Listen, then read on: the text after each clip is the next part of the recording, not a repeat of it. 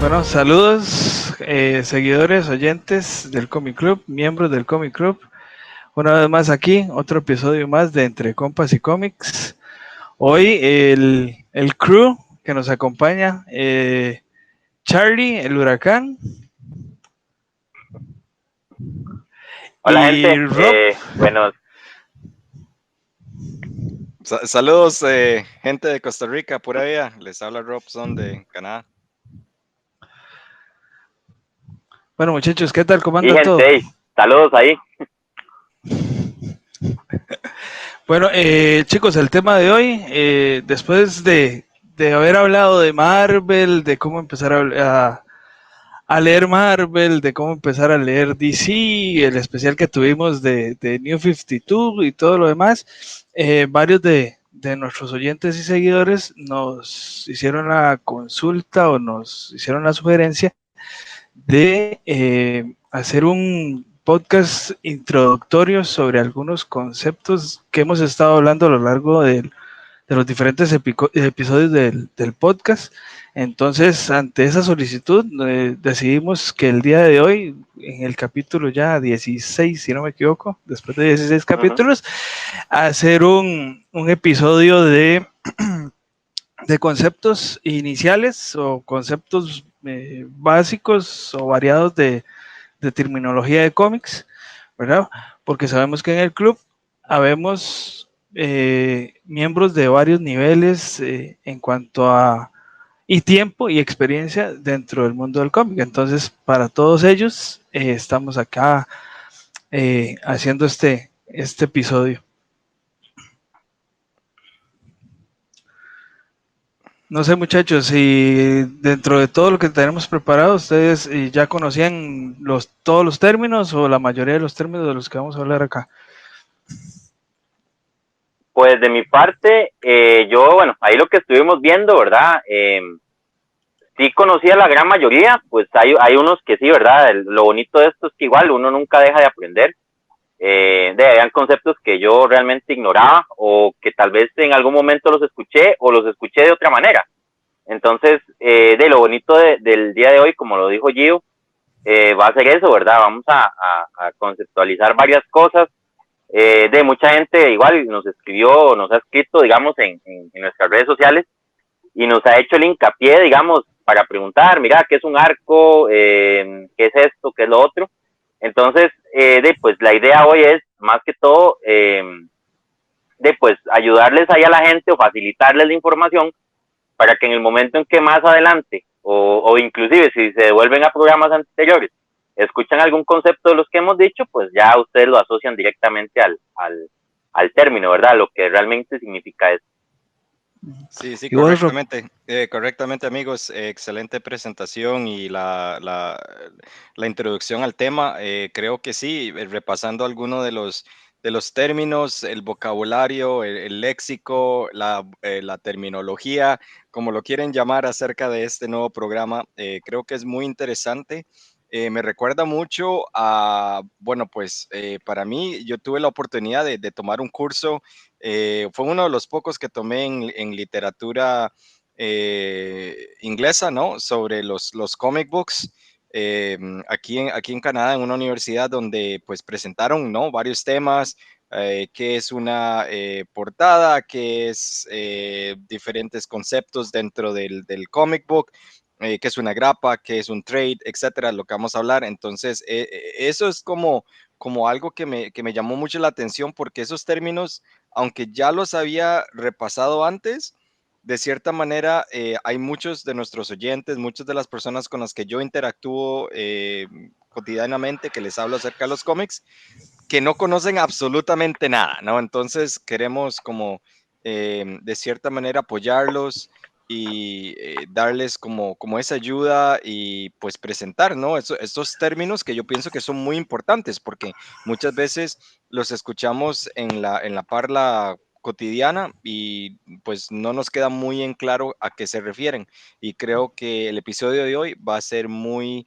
importante con respecto a lo que vamos a hablar.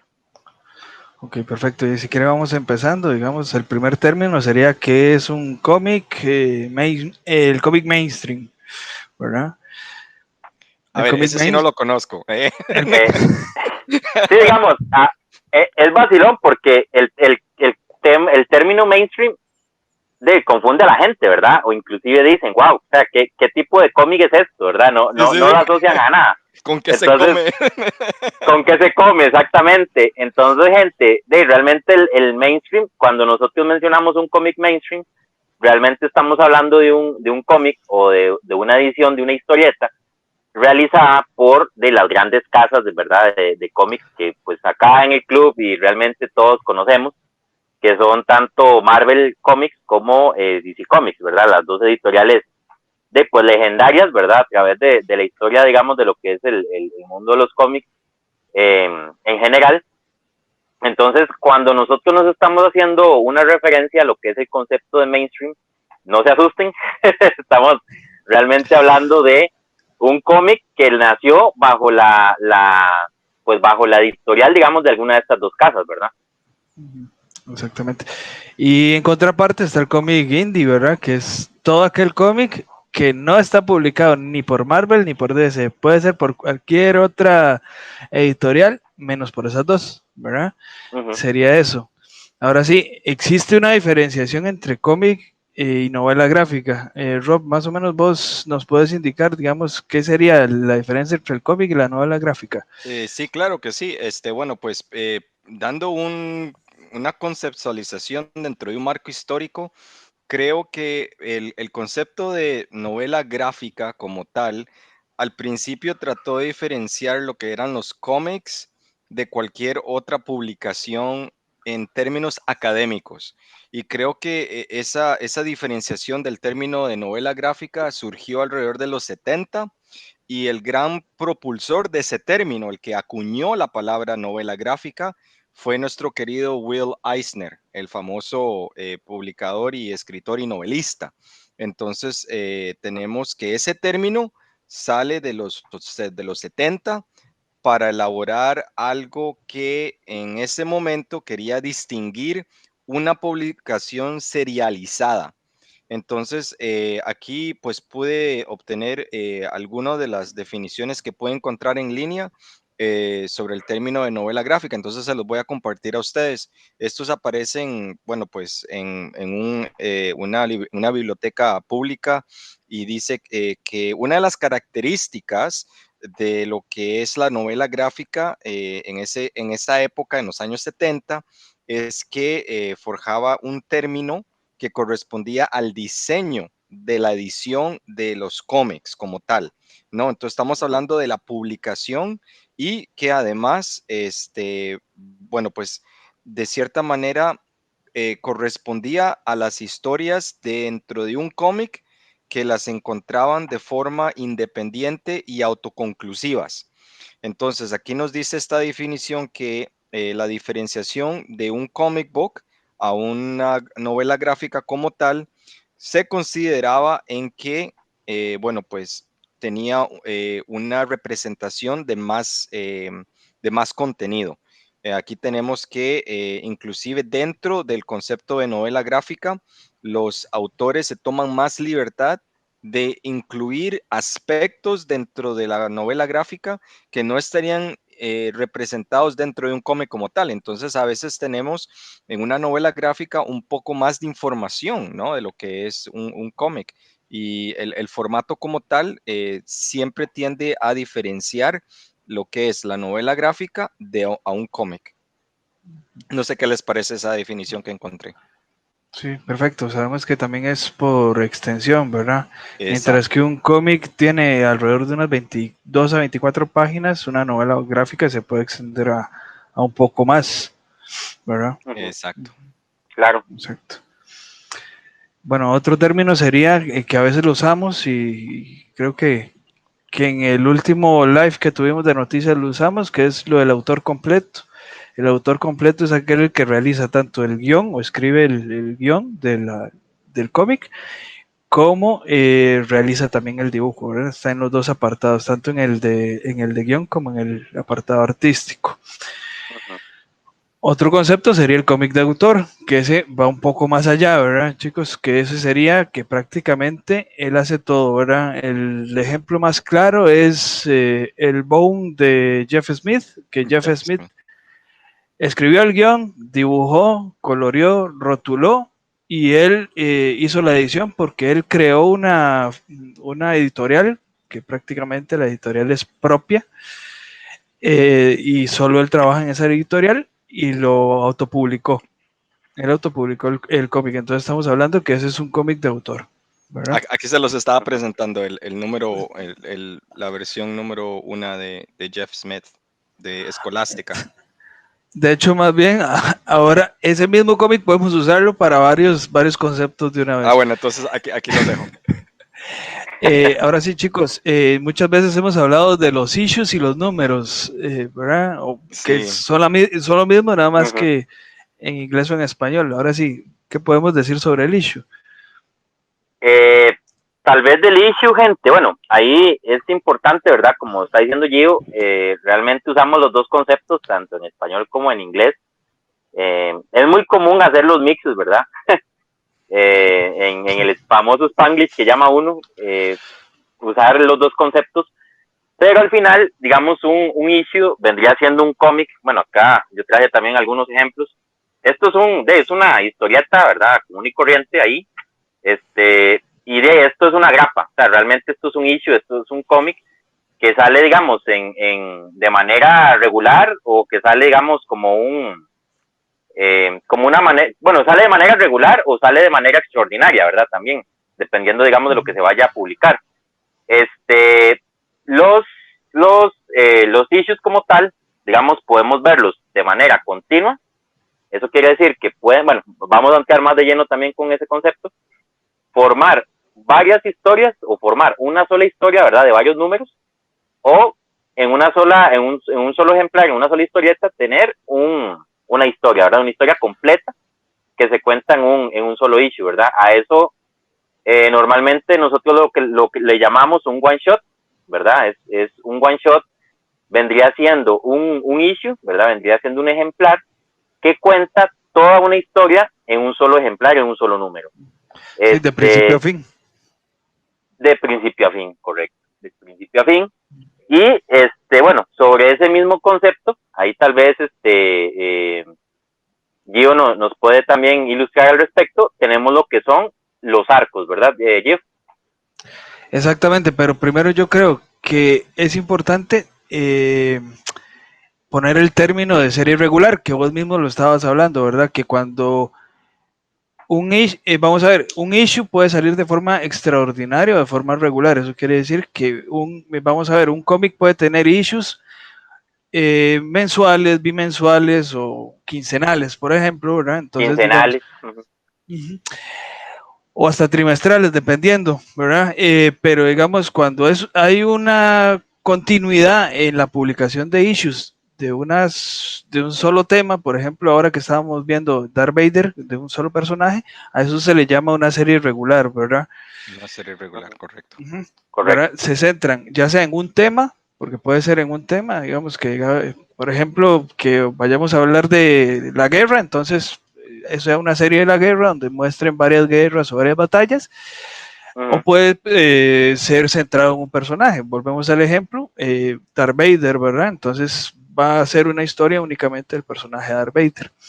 Y ahora sí, el arco es un grupo de historias que se encuentran dentro de una serie regular, ¿verdad? Los arcos pueden ser continuos, ¿verdad? ¿Cómo es que se enlace un arco a otro arco y así continuamente? O pueden ser arcos autoconclusivos o independientes, ¿verdad? Arcos famosos, el de Daredevil, el que se me fue, Hay varios. sí, Hay hay muchos, varios, sí. pero el más famoso es el que es la caída y resurgimiento. Se me fue. No es el. Fall from Grace No, o no sé. Ay, Dios, bueno, no importa, el Man Without Fear, ¿verdad? Que es Ah, el de sí, los el 90, hombre sin por miedo, ejemplo. claro. El de los 90. Exactamente, o puede ser, por ejemplo, en los Fantastic Four, el del Retorno de Galactus, que va del número 51 al número 53 de, de los Cuatro Fantásticos, ¿verdad? De los números de los Ujú, Cuatro Fantásticos. Correctamente. Y yo creo ujú, que para interrumpirles ahí, uno de los arcos también que me llamó mucho la atención, que salió inesperadamente hablando de los Fantastic Four, fue en el de Ultimate Fantastic Four, donde en el issue número 23, por ahí, o 21, 23, donde vemos la primera aparición de los Marvel Zombies. Y ahí es donde nos damos Ajá. cuenta por primera vez que ese universo desató pues todo un fandom, ¿no? De lo que eran los Marvel Zombies y aparecieron casualmente, casi que por una, casi que fue como una parodia, ¿no? Entonces me pareció muy interesante que lo metieran ahí entre tanto concepto y de ahí ya pues Ujú. surgió su propia serie. Entonces vemos que aparece como el nacimiento de un arco y que coincide también casi que al mismo tiempo con la publicación de su propia serie. Ajá. Otro Eso es ejemplo es muy común, ¿verdad? sí, otro ejemplo es el de los X-Men, ¿verdad? El Días del Futuro Pasado, es un arco súper Exacto, famoso y famosísimo. Ujú. son dos números nada más, ¿verdad? Dos números, Charlie, correcto. Sí, ¿a cuáles correspondería?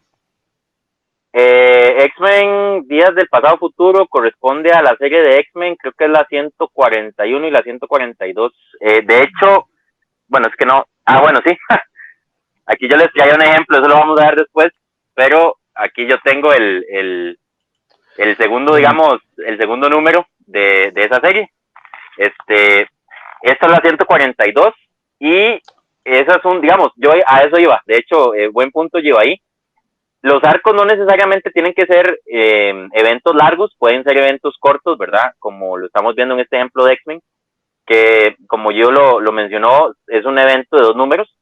Hay eventos que sí son un poco más largos, bueno, ahí yo me iría al evento que por ejemplo es Crisis en Tierras Infinitas, que es una serie, digamos, de un arco de 12 números, ¿verdad? Realmente se extendió bastante.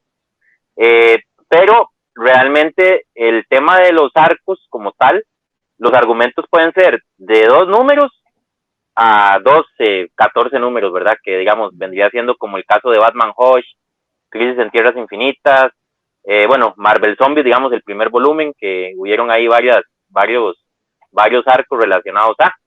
Y pues sí, gente, digamos, el tema de arcos, para que también lo conceptualicemos, realmente son eventos, son una serie una sucesión de eventos que se pueden dar tanto en las series regulares de digamos, de los cómics, ¿verdad? Por ejemplo, no sé, dentro de Batman pasa un arco y ese arco, digamos, pues sí se relaciona a la serie regular, pero podría ser un evento totalmente aparte dentro de la misma publicación, ¿verdad? Que eso también muchas exactamente. veces se da. Vamos a ver, el arco tiene un principio y un fin, pero ese principio y ese fin ocupa varios números, nada más, Exacto. digamos, pueden ser dos Uh-huh. o más números, ¿verdad? Casi siempre en cómics los arcos narrativos duran, vamos a ver, una serie regular de un personaje en específico duran alrededor de unos 5 a 6 números, casi siempre. O sea, más o menos por ahí anda. Ahora sí, después del arco viene lo que mucha gente preguntaba, es que ustedes dijeron que el Ron de no sé quién, que el Ron de Ajá. Snyder, que el Ron del el Thor de Jason Aaron, ¿verdad? O la etapa. Sí. ¿Qué es un Ron o qué es una etapa? A ver, Gio, yo creo que vos sos el mejor para describirla porque yo la idea que tengo de un ron es muy diferente, pero a ver, discutila, Vamos a ver, discutila. el Ron es, digamos, el Ron es, o etapa, es un periodo de tiempo en el que un solo guionista o un solo equipo creativo se dedica a realizar esa serie. Por ejemplo, lo que Uh-huh. hablábamos, runs famosos son el Batman de Snyder, por ejemplo, que tiene 52 números, va del 1 al 52, ahí no hay mucha pérdida. Uh-huh. Por ejemplo, el de Jason Aaron de Thor, que habíamos hablado, ¿verdad? Que ese va del 500 y pico al casi 700 de Thor, de la serie regular de Thor, ¿verdad? Un escritor puede agarrar una serie regular a medias o iniciando un volumen y hacer su etapa. Por ejemplo, Charlie, usted está más con los números que yo. Por ejemplo, Frank Miller agarra Daredevil a medio camino, ¿verdad? Entonces, ¿de qué número más o menos? Daredevil, sí sé, digamos, Daredevil más o menos. Cuando Frank Miller lo agarró, eso fue en 1978. Fue en el Y 150, ya, ¿perdón? En los 150 fue más o menos. En el 153 de Daredevil, el volumen 1. Y digamos... ¿Y lo deja suelto? Lo deja suelto en el 84 con... Es Daredevil 380. No. Creo que es Daredevil, sí, creo que es Daredevil 380 por ahí. Que él lo suelta, ¿verdad? Y estamos hablando de más de 5 años de publicaciones.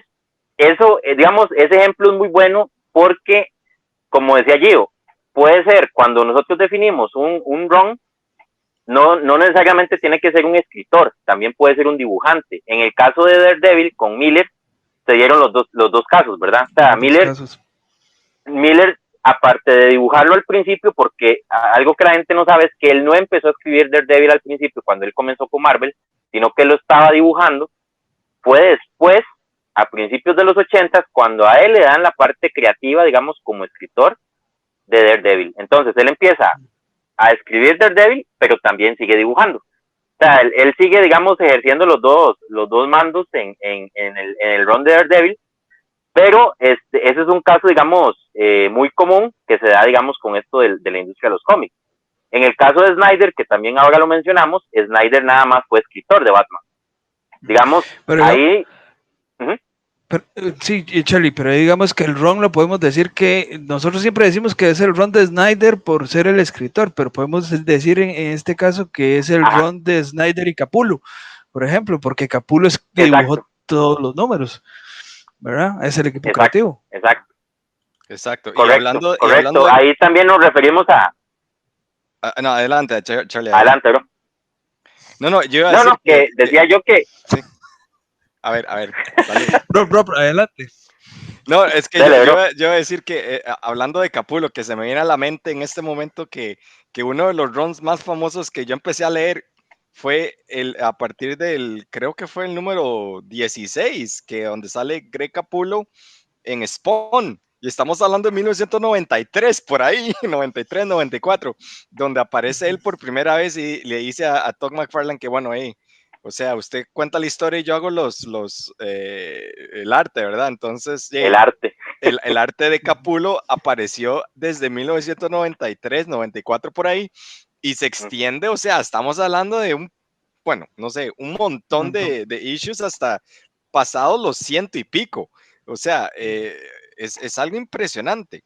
Pero Capullo y Todd o sea, todo ese gremio de artistas siempre colaboran y uno los recuerda por la etapa en la que estuvieron. Entonces, a eso es lo que yo iba, que es algo muy impresionante que un run siempre te ayuda a recordar, mira, sí, fue en esa época cuando este artista inicialmente comenzó su carrera. Exactamente. Correcto. De hecho, sí, eso es algo muy, muy curioso. Gente, cuando nos escuchen mencionar run, realmente el run es ya sea a una parte creativa, a una parte, digamos, de un autor, de un escritor de algún cómic, ¿verdad? Cuando lo decimos, normalmente nos estamos refiriendo dentro de lo que estamos hablando ahorita, que también lo mencionamos, de lo que son las series regulares, ¿verdad? Sí. De tal número a tal número lo tuvo una generación de escritores, lo tuvo una generación de escritor, lo tuvo una generación de dibujantes. Bueno, Rob mencionó y Gio mencionaron a Frank Miller, yo también puedo mencionar a McFarlane, digamos, cuando hizo Spider-Man, ¿verdad? Que de uno lo recuerda con Spider-Man, lo recuerda uno con Hulk, lo recuerda uno con Wolverine. Entonces, hay ciertas etapas, o la etapa de Jim Lee con X-Men, por ejemplo, que es uno de los runs más queridos de X-Men también, ¿verdad? Scott Williams con Batman, Grant Morrison con Batman. O sea, a uno se le pueden venir a la mente un montón de autores, un montón de escritores y un montón de dibujantes, y realmente nos estamos refiriendo a eso cuando mencionamos la parte de los ROM. Exactamente. Sí, otro ejemplo es el Superman de John Byrne y Grant Morrison, podemos decir, de hecho, y aquí también de una vez para recomendación, siempre hemos hablado de la Liga de la Justicia, de los 952 para iniciar. Yo también recomiendo la Liga de la Justicia o la JLA, porque así fue como se llama en su momento, de Grant Correcto. Morrison, que abarca prácticamente desde 1994 hasta inicios del 2000, 2001, Ujú. por ahí andaba, ¿verdad? Todo eso, todo ese run lo hizo Grant Morrison, y ahí en ese caso él fungió como escritor, pero hubieron varios dibujantes a lo largo del periodo en el que él estuvo, ¿verdad? Ajá. Que ese es otro ejemplo de que puede ser un run que únicamente es de un escritor en específico. Ahora sí, Charlie, ¿qué es un volumen? Porque yo la verdad es que no, el concepto, digamos, sí lo entiendo, pero no sé cómo explicarlo, digamos. A ver, tal vez entre todos Ok. te podemos Un ayudar. volumen, sí. El Sí, tema del volumen, gente, es algo muy, ¿cómo decirlo? Ha sido un tema de polémica porque incluso hoy por hoy el concepto de volumen sigue siendo muy criticado en algunos aspectos, no en todos. Cuando nosotros nos referimos a un volumen, realmente nos estamos refiriendo a una parte histórica y generacional de alguna historia. Me voy al ejemplo más fácil, bueno, y es el ejemplo que mejor manejo, el de Batman. sí. Estamos hablando que Batman, por ejemplo, el volumen 1 de Batman, lo tenemos desde 1940 hasta el 2011. O sea, imagínense el grosor de ese volumen 1, ¿verdad? Ahora sí, Porque, ¿ese es volumen Batman o volumen Detective Comics? no, Gio, sería volumen Batman. Si nos Volumen vamos a Batman. Detective Comics, ajá. Si nos vamos a Detective Comics, el concepto de volumen cambia. ¿Por qué? Porque tenemos la misma numeración de Detective hasta el momento, que ahora van por el 1044, 1045, Mil, la verdad no sé. 1045 va a salir, está por próximo a salir o ya salió, pero Ajá, sale este mes. imagínense. O sea, son 1045 ejemplares desde la década de los 30 a hoy 2021. Entonces, el concepto de volumen ahí cambia porque si nos vamos a hacer búsquedas en internet o nos vamos a buscar en libros inclusive, ya cuando entramos a Detective Comics, por ejemplo, lo tenemos definido por años. Entonces tenemos, por ejemplo, de la década de los 30 a la década de los 70, normalmente esa gente cuando habla de Detective Comics estamos hablando del primer volumen, volumen 1. Cuando entra Neil Adams en los 70 a hacer Batman y Detective Comics, de ahí a mediados de los 80 casi que estamos hablando del volumen 2 de Detective Comics y así ha ido generacionalmente. Eso, si lo pasamos a Batman, en Batman fue muy diferente, porque en Batman son de más de 60 años de historia de Batman, ¿verdad? En un solo volumen. Cuando se hizo el reinicio en los nuevos 52, en New 52, pasamos a tener Batman volumen 2, que realmente, oficialmente ese es el segundo volumen de Batman. Entonces, si nos vamos a los conceptos, el volumen realmente de un cómic o los volúmenes en los cómics realmente son etapas generacionales o etapas por época de una serie de cómics. Como Y les siempre digo, empieza por el cambia número mucho uno. de... Ah, perdón. Y siempre empieza por el número uno. Digamos, un volumen siempre va a empezar por el número uno. Correcto, correcto. Siempre va a empezar, los volúmenes siempre los vamos a tener definidos desde un inicio, ¿verdad? Vendría siendo el volumen 1. Por ejemplo, Batman en estos momentos está en su volumen 3, porque a pesar de que se ha cambiado el nombre de lo que pasó de Rebirth, pasó ahora a New Frontier, ¿verdad? No, a Digamos, Infinite Frontier.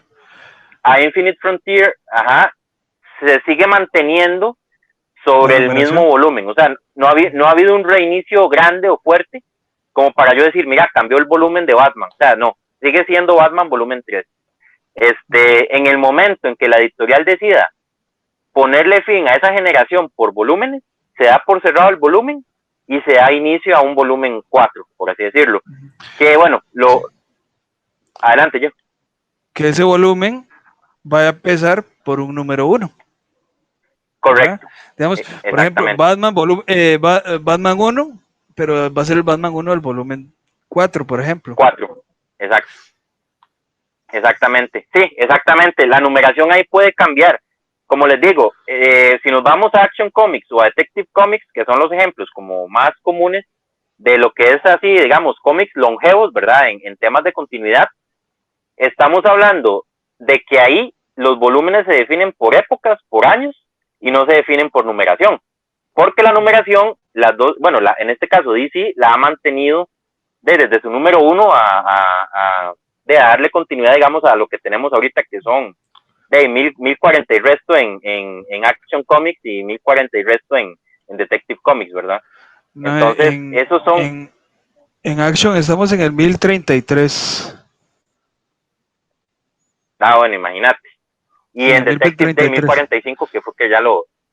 Exacto. Ok. Sí, de hecho Y yo caballeros, le... Decime, Rob. no, yo les iba a comentar que, por ejemplo, del lado de los indie comics, creo que la clasificación o la demarcación entre lo que es un volumen como tal y un volumen para efectos y usos de publicación y de ventas son dos conceptos completamente separados. Yo pienso Sí, que los indies, porque no tienen una gran run, como por ejemplo lo que están hablando ustedes acerca de Detective Comics, de Action Comics, de Superman, etcétera, porque ya tienen muchos años de existir, hombre, ya tienen bastante. Entonces, los indies, o sea, estamos hablando de que tal vez por ahí vemos alguno que otro que se nos venga a la cabeza y uno dice, bueno, pues es que ni llegan a los 300, o sea, no es que casi que hay muy pocos indies que llegan a los 300 y uno puede decir como tal conlleva un volumen. Entonces, ¿qué es lo que pasa? Los indies tienden a coleccionar volúmenes basados casi que en etapas. Entonces, las etapas de ellos marcan lo que es un volumen. Entonces, por ejemplo, se me viene a la cabeza Cerebus de Dave Sim, que él pues sacó Church and State, y ese es un volumen, pero así de grueso. Y es un volumen, pero es dentro del número que abarca 150 casi que el 200 y pico. Entonces, estamos hablando de casi 100 ejemplares que aparecen dentro de ese volumen, pero por no ser otra clasificación separada, porque Cerebus no volvió a reiniciar sus números después de Church and State, entonces estamos hablando de que sigue siendo parte de la serie continua, pero para usos y efectos de marketing y de ventas lo hicieron como un solo volumen. Entonces ahí es donde vemos la partición o la segmentación de lo que son los volúmenes dentro de los indies. sí. O por ejemplo, vamos a ver, eso es en concepto de editorial de publicación, ¿verdad? Digamos, Correcto. que yo lo separo, digamos, por ejemplo, pongo el caso igual, ponemos el caso de Bone. Bone, el que acabas de mostrar, es el volumen 1, por decirlo así. Ajá. Y Y ese son como volumen 10. 1 son 5 números, Ah, ¿verdad? sí, son Pero cinco, sí. sí, 5 o 6 números. Y, y sabemos que Bone va del número 1 al 52, Ajá. más o menos. Y no más, es una historia cerrada, autoconclusiva de 52 números.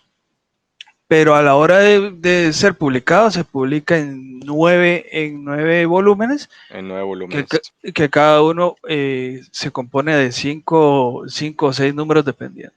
Sí, y Bueno, algo interesante que acerca de esta que me acaba de conseguir es que esta la publicó Escolástica. Entonces, inclusive dentro de ciertas publicaciones, porque no todas eran las mismas, creo que la original no era Escolástica, creo que la original de Bond fue publicada por otra imprenta, otra casa editorial. Y luego que de llega, hecho, bueno, creo que fue Graphics, y luego la llegó a publicar o republicar Scholastic. ok, ya más o menos discutiendo qué es un volumen, Sí. vamos con el evento, ¿verdad? Que Ajá. Charlie algo dijo del evento, ¿verdad? Charlie, ilustrarnos ahí con qué es el evento, qué es un evento. Ok, bueno, un evento dentro de lo que son cómics, igual, cuando hablamos de un evento, realmente es una particularidad, por ejemplo, en una serie regular. No sé, me voy a un ejemplo del evento que hubo cuando, por ejemplo, en Batman, cuando estuvo el Joker Wars, que pasó hace poco, hace casi un año que tuvimos ese evento, ¿verdad? Donde dentro de la serie regular, digamos, de Batman, que está en publicación, ¿verdad? Como lo dijo Gio, puede ser de manera quincenal, puede ser de manera mensual, trimestral, etcétera. Se crea un evento dentro de la serie regular, digamos, dentro del run regular del personaje o de los personajes, se crea un evento especial. O por ejemplo el King in Black de Venom, ¿verdad? Que dentro de la serie Correcto. regular se crea un evento de 5 números.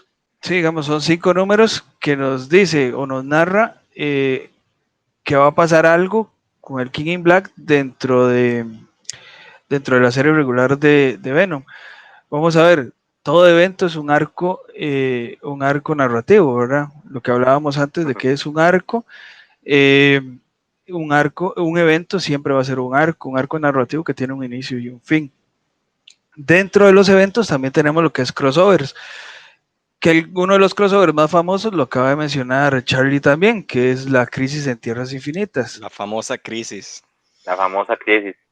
Que es tan famosa que separa líneas temporales dentro de la editorial de DC, ¿verdad? Es el pre-crisis y post-crisis, ¿verdad? Hasta Sí. eso.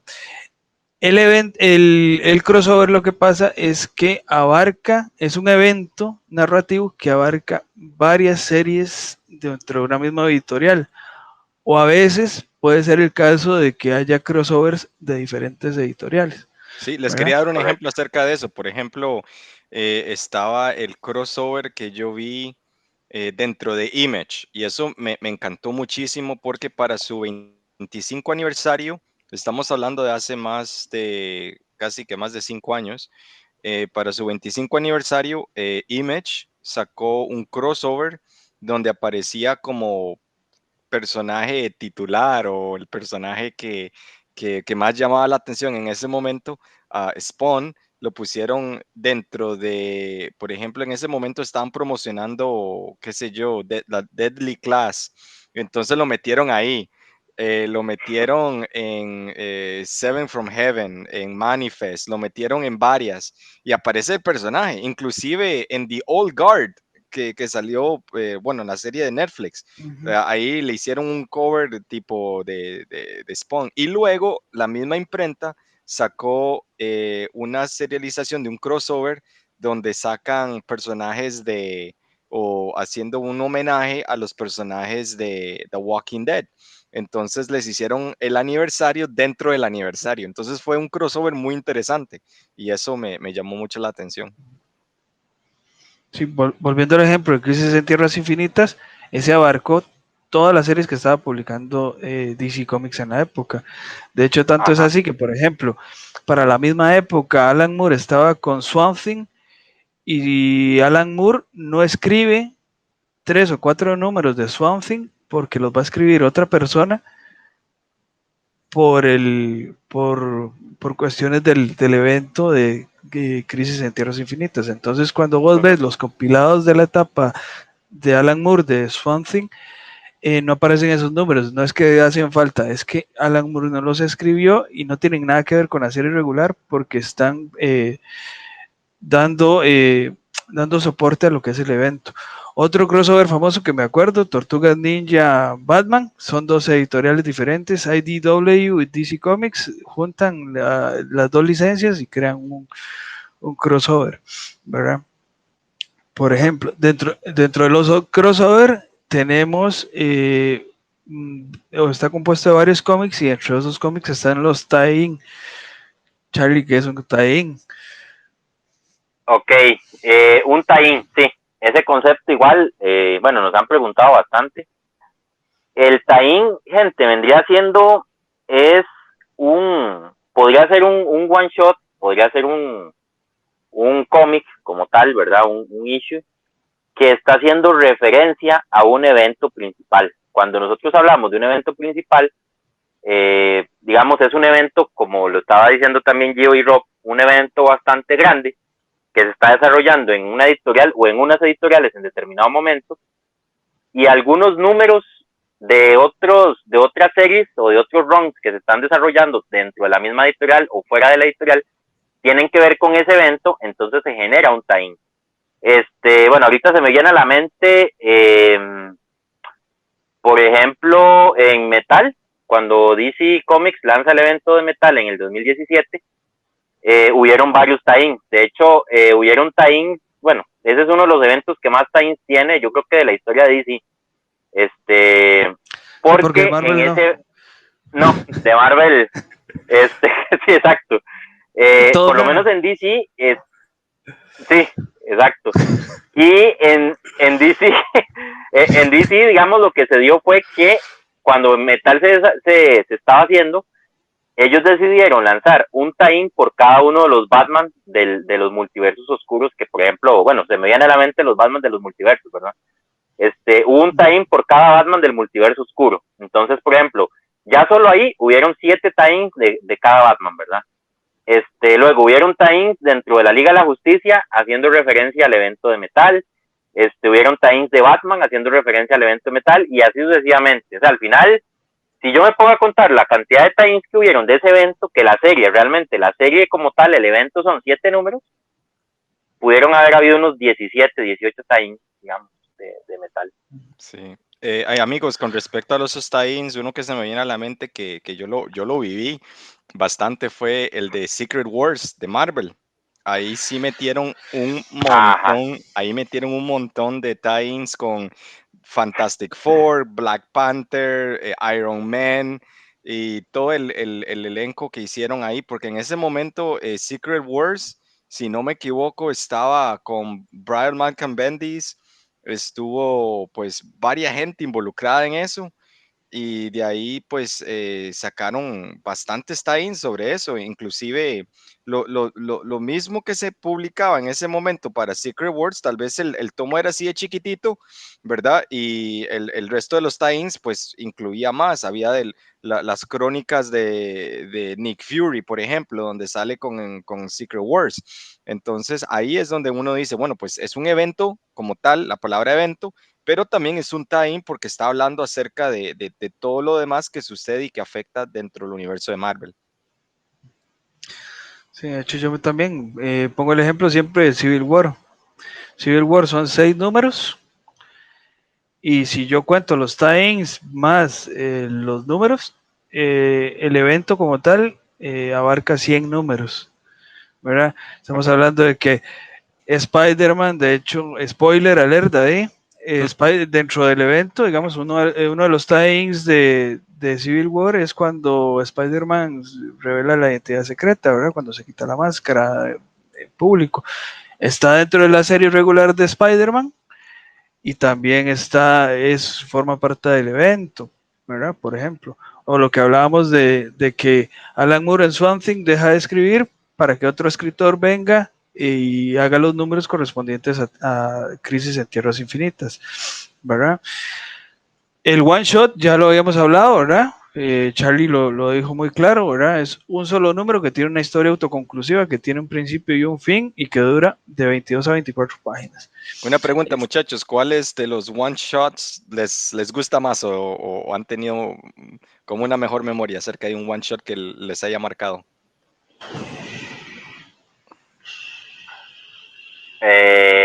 Bueno, en mi caso, The Killing Joke.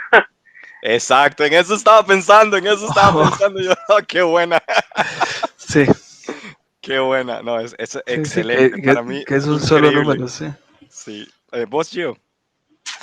No se me viene a la mente ni uno solo se me viene a la mente en este momento. Uno que sí se me viene a la mente es el one shot de Wolverine con Deadpool. No me Qué bueno. acuerdo quién fue el que lo escribió, pero ese sí me acuerdo que fue muy, muy emocionante para mí en esa época porque estaba yo conociendo a ambos, tanto a Deadpool como a Wolverine, y ese one shot de Deadpool versus Wolverine estuvo genial. Luego hubieron otros one shots de Wolverine que pude recopilar después, donde aparece Wolverine, qué sé yo, Savage Wolverine, el Wolverine salvaje, y era un one shot. O algunos otros que salieron inclusive dentro de Marvel también, que me parecieron fascinantes. No sé, de cierta manera, hay algunos one shots, inclusive para los indies.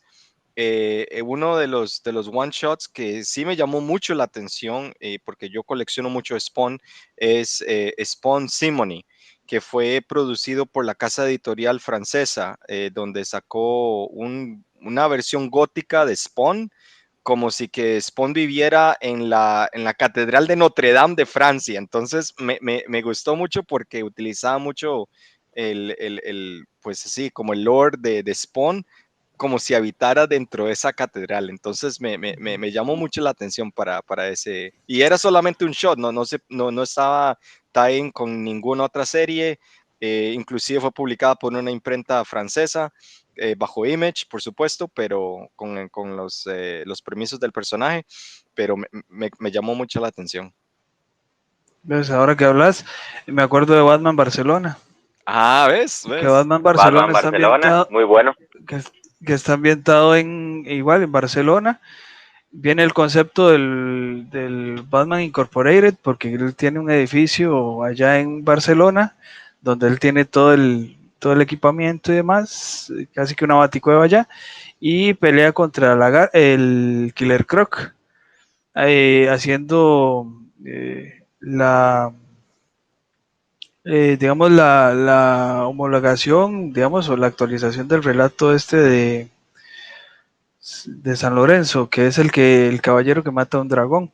Digamos, estaba haciendo estaba haciendo la analogía, ¿verdad? Después, aparte de los one shot, tenemos los feeling, que los feeling, vamos a ver, yo los considero como los episodios o los números de transición de un arco argumental a otro, ¿verdad? Es como el relleno, es como el que no me genera absolutamente nada, ¿verdad?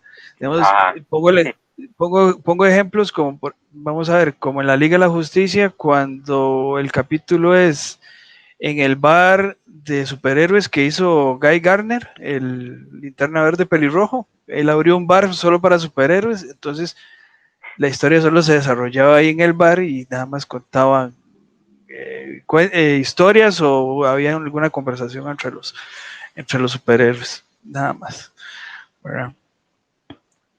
Chicos, ¿qué es una miniserie y qué es una maxiserie? Uy, esos conceptos sí son muy interesantes. A ver, una miniserie normalmente, o lo que yo considero una miniserie, está limitada a 5 nomás, cinco issues. A lo mejor una miniserie, por ejemplo, la que se me viene a la mente en este momento, precisamente en este momento, porque yo pude hablar con el escritor y con el dibujante, Plutona, de Jeff Lemire. Es una miniserie, pero chiquita, chiquita, de si acaso 5 issues, 5 ejemplares, y él la decidió hacer así solamente por el único hecho de que quería contar una historia de un personaje que no sabía si iba a presentarla más adelante. Entonces es una superhéroe y pues, o sea, cuenta todo su universo dentro de ese relato, pero la serie está limitada a 5 ejemplares nomás. La maxiserie creo que normalmente tiene a ser más de 10 o 12, no sé exactamente cuántos, pero ahí el que sí se me viene, sí, ahí el que sí se me viene a la mente porque tuve la oportunidad de coleccionarlos todos y conocer al escritor, bueno, al dibujante en ese momento fue George Pérez, la de Crisis en Infinite Earths. Y esa la vi como maxiserie porque así aparecía en el título, decía Maxi, DC y 12 números limitadas. Sí, Charlie. No, de hecho, igual, concuerdo con Rob, la miniserie incluso sí puede ser un poco más, creo que podríamos extenderla a 7 ejemplares, igual, ¿verdad? Como lo dice el concepto, al decir miniserie, hay series que son de 3 números, creo que lo máximo en miniseries sí son 7, y en maxiseries sí, digamos, la cantidad puede extenderse a 14, 16 números. Igual se me viene a la mente Crisis son 12 números, Doomsday Clock son 12 números, ¿qué más tenemos por ahí en maxiseries? Bueno, ¿qué tal no, esta? Watchmen. The Watchmen no sería una Watchmen. maxiserie. Sí. Okay. Watchmen entra sería una maxiserie. como maxiserie. Ah, muy bien, sí. Uh-huh. Sí. Mientras que, por ejemplo, V for Vendetta entra como una miniserie. Ah, exacto. Como una miniserie. Exacto, sí. Uh-huh. Por ejemplo. Correcto. Maxiseries que se me vienen a la cabeza. Sweet Tooth, 49 números. 50. Perdón, 50 números. Lock and Key, 52 números. Vamos a ver, Sandman, creo que son 55 números, si no me falla la memoria. Faulas o Fables de Vértigo, que son 150 y pico números, si no me equivoco. Excelente. Y 100 de Bullets, que son 100 números de Brian Azzarello, igual del sello Vértigo. Esas son maxiseries. Y sí, miniseries, casi que la mayoría de cómics que saca la industria indie rondan las miniseries, y las miniseries sí rondan más o menos 4, 5, 6, 7 o hasta 8 números, ¿verdad? ¿Algunas, Gio, que te gusten de las miniseries? Ay, de las miniseries, vamos a ver. Old Guard, me gustó la primera miniserie. Qué buena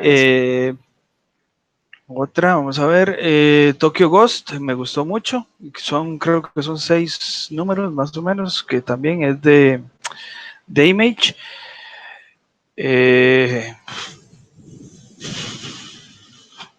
Y por ejemplo, digamos, ahí podemos meter también el Umbrella Academy, cada uno de los diferentes arcos son miniseries, ¿verdad? Como tal, y son de 7 números o de 6 números, dependiendo. Entonces, digamos, creo que esas son así como las miniseries que más me llaman la atención en cuanto al indie. Por ejemplo, el Last Ride de la Liga de la Justicia, que son 6 números, me parece una muy buena miniserie y una miniserie actual, digamos, y el cómic de mainstream, digamos. Muchachos, ahora vamos a hablar un poco de los formatos, ya que hablamos un poco, digamos, el cómic en general, un poco de los formatos. Los formatos como tal, sí. Volvemos a hablar sobre el issue, pero esta vez el issue vamos a ver desde otro concepto, que sería la grapa o el cómic como tal, ¿verdad? Charlie, ilústranos. La grapa y el issue, digamos, vendría siendo lo mismo. Bueno, yo aquí igual les enseñé este ejemplo. Realmente esto es una grapa, ¿verdad? Es un cómic realmente pues bastante, como lo dijo Gio, ¿verdad? De que no se va a extender de 24 o 26 páginas. Ese es el tamaño estándar, digamos, del cómic. Vendría siendo tal vez un poquito más grande de una hoja 4. Y esto es lo que nosotros llamamos grapa o llamamos un issue. Cuando a uno le dicen, mira, es que voy a comprar un cómic, compré una grapa, voy a ir a comprar una grapa, o mira, conseguí la Darth Vader 1, la conseguí o sea, conseguí el issue, el issue 1. Entonces, realmente estamos hablando del cómic como tal, o sea, del ejemplar como tal, la grapa como tal, eso es lo que estamos hablando, ¿verdad? Ahora que, bueno, eso les haya también ese dato a la gente. Cuando estamos hablando de un issue o estamos hablando de una grapa, podemos verlo en el formato que les acabo de mostrar, o también hay otros tipos de formatos. Este otro cómic que ando aquí, esto es lo que uno llama formato pristine, ¿verdad? Un formato pristine es un cómic que tiene más o menos las mismas dimensiones de lo que les acabo de mostrar de la grapa regular, pero viene en un formato un poquito más elaborado, ya que, digamos, es un poquito más gruesito, es un poco más denso, un poco más ancho, y tiene, digamos, las similitudes a lo que vendría siendo un libro, ¿verdad? A lo que vendría siendo, digamos, por así decirlo, digamos, el formato de un libro. Entonces, cuando a uno le hablan de un cómic pristine, sigue. Sí, no, que la diferencia es que, por ejemplo, la grapa se llama grapa porque viene con una grapa que une todas las hojas. Ese Pristine, la diferencia es que viene papel engomado, ¿verdad? Viene con el lomo engomado. Correcto. Exacto. Digamos, este como tal no utiliza grapas, como lo dice Gio, utiliza un empaste, ¿verdad? Le llamaríamos un empaste como tal. Y como les decía, sí, las dimensiones sí son un poquito, a nivel, digamos, es un poquito más grueso. Y este vendría siendo, digamos, muy similar a lo que vemos en los libros, ¿verdad? Sí, por cierto, Charlie, muy bonitas las ilustraciones ahí, esa última de Wonder Woman, el arte de Sí. Alex Ross, a mí me encanta. El arte de Alex Ross, ahí sí, de una vez. Perfecto, sí, excelente, muy bonito. Emulando la Wonder Woman número 1, ¿es verdad? Emulando la Correcto, primera correcto. aparición, sí, correcto. Esa es la conmemorativa de la 750 de Wonder Woman, pero de Alex Ross. Sí. Okay. Nosotros siempre hemos hablado de TPBs, ¿verdad? O los trade paperbacks, o en español lo que sería la tapa blanda. ¿Qué es un TPB?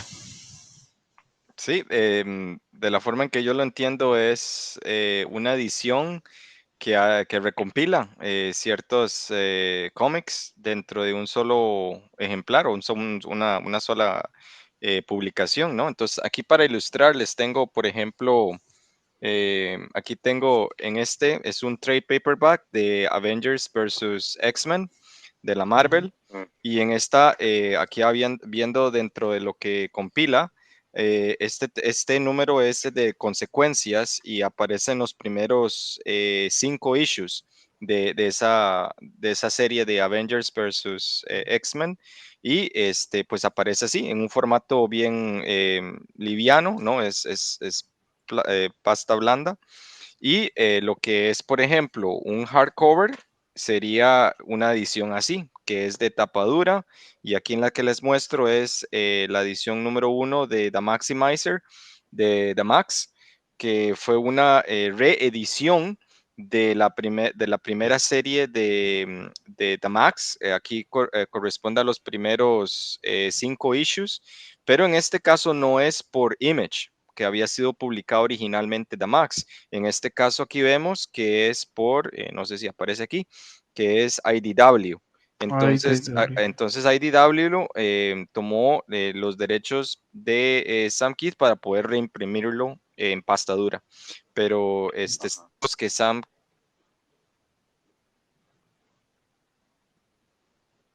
veces trade paperbacks que aparecen solamente publicados por esa imprenta, por esa casa publicadora de Image, en una serialización especial, y tenemos estas de pasta dura que son publicadas por otras casas de impresión también, que han tenido los derechos del autor. Vamos a ver, casi siempre un trade paperback compila un arco narrativo, ¿verdad? Sí. Correcto. O un evento completo. Por ejemplo, trade paperbacks de Civil War van a traer los 6 números de Civil War, digamos, el evento central de Civil War. O por ejemplo, el trade paperback de Born Again de Daredevil va a traer únicamente los, ¿cuántos son, Charlie? 4, si no me equivoco, ¿verdad? Son 7 números. 7 números. Bueno, los 7 números que componen ese arco argumental, que son del 100 y pico al casi 200, ¿verdad? O por ejemplo, en el cómic indie casi siempre un trade paperback va a traer la serie completa, digamos. Volvemos al ejemplo de Old Guard. Old Guard va a venir en un trade paperback los 5 números que componen el cómic de Old Guard. O Tokyo Ghost va a venir los 6 números que componen el Tokyo Ghost.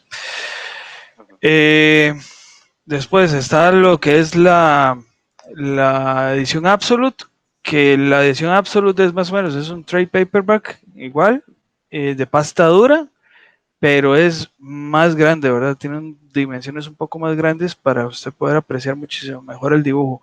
Aparte de eso trae extras, por ejemplo, si es de una serie regular y es de un arco de, pongámosle 4 números, va a traer todas las portadas y las portadas variantes, y va a traer bocetos del dibujante, y va a traer, en algunos casos, va a traer hasta hojas del guión del escritor. Siempre voy a poner el ejemplo del Absolute de Watchmen. El Absolute de Watchmen Es trae todo precioso. el... Sí, Bellísimo. exactamente, ¿verdad? Trae su prólogo, su introducción, traen los 12 números que lo componen, aparte de eso trae el guión de las 3 primeras hojas del primer número de Watchmen, que por cierto son alrededor de unas 20 páginas de guión, solo eso. Y trae lo que son bocetos de Dave Gibbons, ¿verdad? Entonces, digamos, más o menos ahí podemos decir que el Absolute es una edición de lujo de un cómic, ¿verdad? Está también lo que es el Omnigol y el Omnibus. Chicos, yo no sé si ustedes tienen algún Omnigol o algún Omnibus para que nos digan más o menos qué es. Sí, yo creo que el Omnibus es una versión mega absoluta, yo creo, porque es literalmente, bueno, la que se me viene a la mente en este momento es The Walking Dead, porque la versión del Omnibus de The Walking Dead es preciosísima. Todo lo que incluye adentro es toda la imaginación de Robert Kirkman puesta en un libro y corresponde, bueno, no me acuerdo exactamente a cuánto, yo creo que eran como 5 volúmenes o 25 issues todos juntos que correspondían en ese entonces a ese arco, y más trae el guión original, arte de Charlie Adler, Tony Moore, toda esa gente que estuvo en ese evento. Recopila las primeras críticas, creo que habían aparecido para Image, datos curiosos, o sea, el Omnibus es como una versión absoluta, pero mega, mega absoluta. Y es obviamente más costosa en términos de dinero. Estamos hablando de que una colección de esas sí tiene su valor y su peso en valor. Y también su colección, o sea, es coleccionable porque inclusive las versiones Omnibus que yo he visto para Image, las primeras de la primera edición que sacaron son más difíciles de conseguir que las siguientes que volvieron a reimprimir, donde aparece ya tal vez una edición de aniversario, ¿no? Entonces estamos hablando ahí que de inclusive dentro de los Omnibus tenemos su coleccionabilidad. De hecho, hay Omnibus que tienen portadas variantes, creo que ya lo habíamos hablado también Y es correcto de eso. también, sí, Correcto, sí. Vamos a correcto. ver, en mi caso yo solo tengo un Omnibus, ¿verdad? Y es de Thanos, que abarca prácticamente desde la primera aparición de Thanos hasta antes de iniciar el guantelete del infinito. Vamos a ver, el Omnibus casi siempre ronda o recopila los 25, de 23 a 25 números en un solo libro. Ujú. Vamos a ver, según relación costo-beneficio, para las etapas clásicas de los cómics, es muchísimo más barato conseguirse un ómnibus que recopile todos esos números que hacerse cada uno de los issues. De Exactamente. hecho, yo traigo uno aquí. Uf, mira, Este, qué precioso. Ese es de este, la época de oro de Batman, de DC Comics. No, de DC Comics, bro. de DC Comics. De DC Comics, esta la hizo Taschen, Wow. Bibliotecas Universales. Y les puedo decir que aquí tenemos, en este libro, tenemos más de 50 años de historia de DC. Wow. Incluye, digamos, historias del Golden Age y también trae un apartado histórico, trae entrevistas a escritores. Bueno, ustedes ven la belleza de portadas que tiene esto, totalmente cromada. Bueno, aquí podemos ver los personajes. Claro. Sí, de la época dorada, total. De la época dorada, exactamente. Entonces, de esto, digamos, como yo lo venía diciendo, ¿verdad? Ya pueden ser compendios que abarcan más de 25 números de una serie o abarca, digamos, eventos históricos de una editorial o de una serie en particular, ¿verdad? Sí, digamos, por ejemplo, y así es como los diferencio yo. El Omnibus supera las 500 páginas. ¿verdad? Un omnibus supera las 500 páginas y, como les digo, es más barato comprar un omnibus que comprar issue por issue, digamos, de tapas clásicas. Otro Correcto. ejemplo, la JLA de Grant Morrison está compilada en un solo omnibus y son 1510 páginas. O sea, estamos Uf. hablando de un megatocho que hay hecho es más grueso que la pierna mía, digamos, por ejemplo. Y ese sí abarca desde el 94 hasta el 2001. Estamos hablando de Ujú. que abarca toda la etapa. Por si preguntan, digamos, el omnibus casi siempre ronda de los $100 para arriba, a no ser de que usted se encuentre alguna oferta ahí súper especial, por ejemplo en Amazon revisando la etapa de Action Comics de Grant Morrison en New 52, que son 24 números, anda valiendo en Amazon alrededor de unos $40 ahora, Ujú. en este momento. Tienden a ser muy cariñosos esos Sí, ómnibus, sí, es sí, cierto. sí, sí. Estamos hablando de que primero son tapadura, el grosor de la hoja es muchísimo más gruesa que la de un comic book normal. Más Digamos finas, otra, sí. sí, Ujú. y digamos otra cosa que podemos también diferenciarlo con el TPB es que el TPB casi siempre, como máximo, ronda las 450 páginas. No más. Estamos hablando que eso es un TPB enorme, porque casi siempre el Ujú. promedio anda entre las 100 y las 250. Sí, Ujú. sí. Vamos a ver. Otro concepto sería la sobrecubierta. Chicos, que ese concepto es prácticamente editorial. Lo usan los libros y es, digamos, la hojita de papel que va encima de la portada de un TPB, digamos. Lo que muchas veces yo en los unboxing que hemos publicado, yo digo que es el guardapolvo, digamos, para proteger la portada del polvo, Ujú, Ujú. correcto. ¿verdad? Correcto, sí. También, también existen los cómics en formato apaisado, ¿verdad? Ese concepto sí no lo sabía, no, No, ¿cómo es que funciona eso? vamos a ver, como hemos visto y hemos estado enseñando los cómics cuando yo los agarro son más altos que anchos, ¿verdad? Ah, ok. Digamos, Ujú. vamos a ver, es como agarrar este un cuaderno y verlo, ¿verdad? Eso es el formato de cómic Ujú. normal. El cómic apaisado es más ancho que alto, ¿verdad? Ah, es como el de Hard Boiled de Frank Miller. Exactamente, digamos, ejemplos clásicos de un cómic apaisado es ese y es 300 de Frank Ah, Miller, 300 sí también. Ah, ya, Ujú. ya. Sí, muy que es bien. un cómic más largo, digamos, sí, más ancho que alto, ¿verdad? Ese es el Ah, cómic ya, con apaisado. razón. Entonces es como un storyboard, o sea, cuando tú ves el formato de un storyboard de películas, normalmente te lo tiran en ese formato, entonces. Exactamente, digamos, eso sería un cómic apaisado, por ejemplo. Ah, Ujú. ¿ves? Ya aprendí una nueva palabra en español. Bueno, Sí, sí. de hecho en 300, el ejemplo de 300 es en el trade paperback, porque Sí, sí. la serie como tal salió en issues, ¿verdad? Sí, La también. serie como tal salió en Issues, sí. Es que yo me acuerdo del trade paperback que había encontrado yo en la Universal hace casi 15 años, Sí. que era, que Sí, era, ese yo tengo los dos, yo tengo el de Hard Boiled y el de 300 y también tengo este otro que salió en un formato así medio anchón de The Secret Path de Jeff Lemire y cantante de Tragically Hip, Gord Howe, que también me parece que había salido en un formato tipo anchón. Entonces, pues no sabía que así se llamaba. de hecho, para mi gusto, es un dolor de cabeza para uno que colecciona cómics. Digamos, yo que los colecciono digamos, en repisas, Ajá. es una cochinada porque te corta la repisa. Digamos, te te, corta la te línea la de mata. colección. O Sí, sea, hay que ponerlos en las esquinas, allá, pum, a las orillas van. sí, sí, sí. Sí. Bueno, muchachos, también existe la edición artista o Uy, la ¿esta Arctic cómo es? Edition. No sé si ustedes la han visto. No. Es cariñosa a más no poder.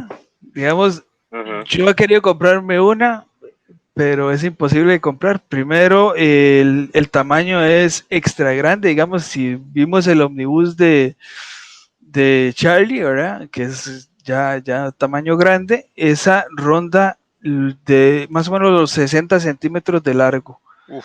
Ujú. por más o menos unos 30, 40 de ancho, digamos. Vienen en blanco y negro, digamos, es un cómic, por ejemplo. Vamos a ver, por ejemplo, pongo el 63 de Fantastic Four, digamos, por ejemplo, un número loco. Lo que viene es que viene todo en blanco y negro y vienen en las hojas donde el dibujante, valga la redundancia, dibuja en el caballete para mandarlo a la impresión. Viene con Wow. todas las líneas, viene el encabezado de, digamos, de la editorial que viene y dice DC Comics. Esta página es una de 22, por ejemplo. Viene con la firma del dibujante y viene como las hojas de, vamos a ver, las hojas que utiliza uno en dibujo técnico o cuando usted dibuja en caballete, y prácticamente vienen todas las marcas de guías del dibujante, digamos, que hizo los círculos para poder hacer la cara, que hizo, ¿verdad? Ah, Todo, ya, todo, ya, todo, ya. viene todo eso. Aparte vienen las burbujas de diálogo, pero aparte en las orillas viene toda la explicación del guión del guionista, valga la redundancia, el escritor del cómic. Sí, sí. Ujú. Vamos a ver, por ejemplo, las viejas de Fantasy Four son más fáciles porque el guión de Marvel en esa época era Disco, Kirby, esta semana Galactus vuelve a la Tierra. Feliz fin de semana, atentamente, Stanley, ¡pum! Y lo Qué bueno. tiran, nada más. Eso era el guión de Marvel en esa época. Entonces, digamos, es muy fácil ver el guión de Marvel en esa época, pero si vos ves, digamos, todo lo que dibujó Kirby, todas las guías que llevaba y todo el diseño de personaje que lleva. O sea, son cómics hiper caros. Ujú. Me imagino. Si digamos, si un omnibus estábamos hablando que ronda los $100, ese ronda los $250. Ya, sí, no ¿Verdad? estamos Y el hablando tamaño de. de páginas ni se compara con el tamaño de páginas de un omnibus, ¿verdad? El Artist Edition van a rondar las 40 páginas más o menos. En $1 millón. De, Más o de menos. hecho, gente, ahora que tocan el tema de las versiones artísticas, yo tuve bueno, en algún momento tuve el honor de ver una edición de Daredevil de la 181, que fue desde la muerte de Elektra, en una edición artística, digamos, por Frank Miller.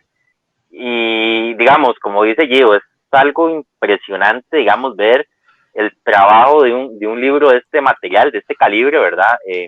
Estamos hablando que incluso hasta las ideas que Frank pensaba en el momento en el que él estaba haciendo los diálogos y estaba dibujando, eso aparece en la hoja. O sea, eso aparece en la hoja que uno mismo está leyendo, ¿verdad? Entonces, Sí, es algo totalmente fino, o sea, es algo único, es algo único. Es casi que tener el sketch ahí propiamente del artista, ¿verdad? Y digamos, estamos hablando, yo esa edición que yo vi, de hecho, bueno, yo la vi la vi en internet en su momento, estamos hablando no sé, si les digo que eso costaba $500, les estoy diciendo que era barato. O sea, hmm, realmente creo que era un poco más caro. Me imagino, bueno, no, y no me imagino, lo recuerdo bien, creo que tiraron como 50 ejemplares de eso, nada más. Entonces, Sí, son series hiper exclusivas e hiper limitadas. O hmm. sea, uh-huh, Sí, no. correcto. Entonces, hablemos del concepto totalmente opuesto a lo que es una edición artística. Y aquí me encontré el concepto opuesto, una antología. A ver, ¿qué es una antología de cómics? Es literalmente lo más barato que te puedas conseguir. ¿Por qué? Porque colecciona historias recopiladas que no pudieron haber sido publicadas por sí mismas porque eran muy cortas. Entonces, una antología te puede costar entre, qué sé yo, $1 a tal vez 20, dependiendo de cuántas zonas que se recompilan. Pero Uh-huh. literalmente son los comic strips puestos juntos. Y ahí pues podemos ver que una antología en versión, bueno, pues en versión moderna, puede que abarque varios escritores, varios artistas, historias limitadas que fueron tal vez no publicadas en ese momento, pero que también corresponden dentro de una serie o temática. Entonces estamos hablando ahí de que una antología puede corresponder a un determinado número de series de comic strips, de tiras cómicas, que tal vez pueden ser 10 o 14, pero no te llega a costar mucho. O sea, una antología puede ser muy, muy pequeña. También como Ujú. pueden ser bastante caras, ¿no? Entonces, si estamos hablando de una antología que recopila historias no previamente publicadas, pues ya por el hecho de que tiene un valor coleccionable, puede ser a que llegue a costar más caro. De Ujú. hecho, otro ejemplo de ese tipo de cómics son los que Marvel y DC usan como essentials. Los essentials son, por ejemplo, yo voy a agarrar el volumen 1 de Wolverine y lo voy a publicar, pero ¿cómo lo voy a publicar? Lo voy a publicar con el papel más fino, o sea, imagínense el grosor del papel de la guía de teléfonos o de la Biblia que tengan en la casa, y todo es en blanco y negro, no tiene color. Exacto. Y Ujú. aparte de eso está publicado en tapa blanda, digamos, en Ujú, una tapa de Ujú. cartulina, ¿verdad? sí. Que Ujú. sucederían. Otro tema que hemos estado hablando es sobre el coleccionismo de cómics y sobre las casas acreditadoras. Yo creo que Charlie es el que más nos puede ilustrar porque al menos yo no tengo cómics encapsulados ni certificados. Entonces, para que nos diga más o menos cuáles son las casas certificadoras, cuáles son los niveles y digamos, y qué es un cómic encapsulado como tal. Sí, sí, Gio, correcto. Bueno, realmente el tema, ya en otros podcasts anteriores hemos tocado el tema, ¿verdad? Ahí, saludos a Jeff, que ya nos ha Eso, ilustrado Jeff. con el tema. Y bueno, ahorita digamos va a ser como una generalidad, ¿verdad? Un cómic encapsulado, cuando hablamos de un cómic encapsulado, es un cómic que pasa por una empresa que se dedica a revisar los cómics como tal en su condición estética, y ellos le asignan un grado, le asignan una calificación sobre la condición estética, digamos, de la pieza o del cómic como tal. Estas casas certificadoras o estas compañías se dedican realmente a, a otorgarle al cómic que uno está enviando a calificar o a revisión, a otorgarles una calificación, y con base a una escala de 0 a 10, ellos le asignan un score o le asignan una nota. Esta nota se va a encontrar registrada en un sistema que ellos tienen de tracking, y al final ellos le van a poner una etiqueta a la pieza con el encapsulado. Entonces, bueno, hay varias empresas, ahora de hecho en el mercado se están posicionando varias empresas nuevas. La empresa, digamos, por excelencia y bueno, una de las más tradicionales es CGC, y detrás de CGC siempre ha estado lo que es CBCS. Esas dos, digamos, son de las casas certificadoras más antiguas y de las más populares que tiene ahorita la industria. Yo traje dos piezas para mostrarles, para que vieran más o menos las diferencias. Bueno, este es un cómic graduado por CGC. Bueno, ahí Ajá. lástima a la gente que no nos está escuchando, bueno, que no nos está viendo, que nos está escuchando, pero ahí les estamos mostrando en pantalla. Es un cómic graduado por CGC con un score que podemos ver acá de 9.4.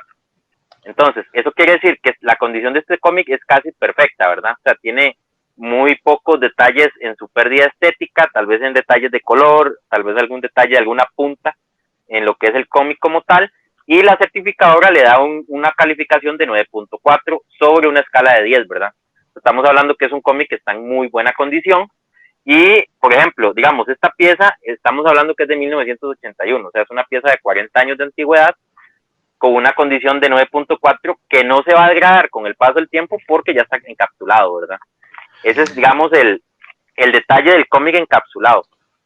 Sí, aquí indicar que el cómic encapsulado lo que pasa es que se pone en dos placas de plástico duro, O ¿verdad? acrílico, tal vez O un acrílico. acrílico y Uh-huh. está empacada al vacío, ¿verdad? O sea, se le Correcto. quita todo lo que es el aire que pueda tener las páginas por dentro y demás. Y antes de ese proceso, el cómic es planchado, ¿verdad? Planchado, sí. Es Correcto. planchado, correcto. Y una pregunta, Exactamente. Charlie, una pregunta sobre el que nos acabas de mostrar.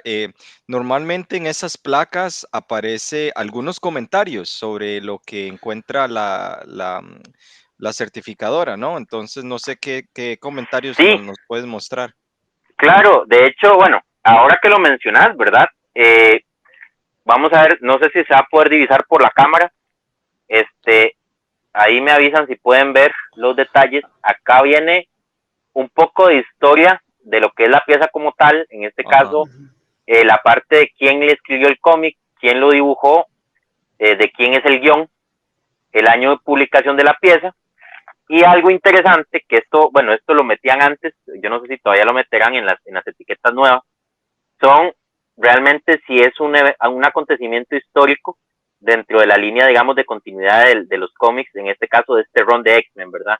Por ejemplo, aquí, en este de Días del Pasado Futuro, que es X-Men 142, lo que vamos a poder ver es las muertes alternativas de diferentes X-Men que hubieron en este arco. Entonces, aquí, digamos, la certificadora te da ese detalle. Y algo importante también es que cuando el cómic se encuentra firmado y la firma se puede validar, o sea, se puede verificar por ellos también ponen el detalle de la firma sobre la etiqueta. De hecho, aquí les traigo otra pieza. Esta pieza es de CBCS. Esta es Batman Hush 608. Qué linda. Y esta yo la tengo firmada por Jet Lowe, que de hecho ahí, no sé si pueden ver la firma. Sí, ahí está. Él es el escritor de Batman Hush. Y él, en ese momento él era escritor de Batman. Acá, de igual manera, como les estaba explicando, por ejemplo, aquí CBCS pone de quién es la firma que se encuentra dentro de la pieza, ¿verdad? Que es verificada, que es una firma auténtica por Jet Lowe. Se le da el score a la pieza, que es de 9.6, ahí lo podemos ver, ¿verdad? Y en el caso de CBCS es que, digamos, por así decirlo, ellos tienen un poco menos de prestigio que CGC para lo que son certificaciones, pero igual, digamos, no deja de perder su valor, ¿verdad? Digamos, a nivel de valor entre una certificadora y la otra, CGC sí tiene un poco más de peso sobre CBCS, pero aquí el detalle es ese, ¿verdad? La pieza se va a encontrar en un estado óptimo, a la condición a la que llegó la certificadora, y se va a mantener así por el paso del tiempo, ¿verdad? A menos de que rompamos el acrílico y digamos, rompamos el encapsulado que tiene, ¿verdad? Exactamente. Sí. Lo que busca esto es prácticamente la preservación del cómic como tal. Sí, y eso yo creo que es algo muy interesante y creo que en algunos otros episodios lo habíamos tocado momentáneamente. Creo que es algo que deberíamos repasar en algún futuro podcast sobre acerca de la conservación, preservación, el tipo de clasificación que tiene y diferentes, pues asuntos que tiene las certificadoras como tal. Yo uno de los primeros que tuve certificados, no lo tengo aquí conmigo en este momento, pero uno de los primeros fue Amazing Spider-Man 298, que fue la primera aparición de Todd McFarlane para un Spider-Man.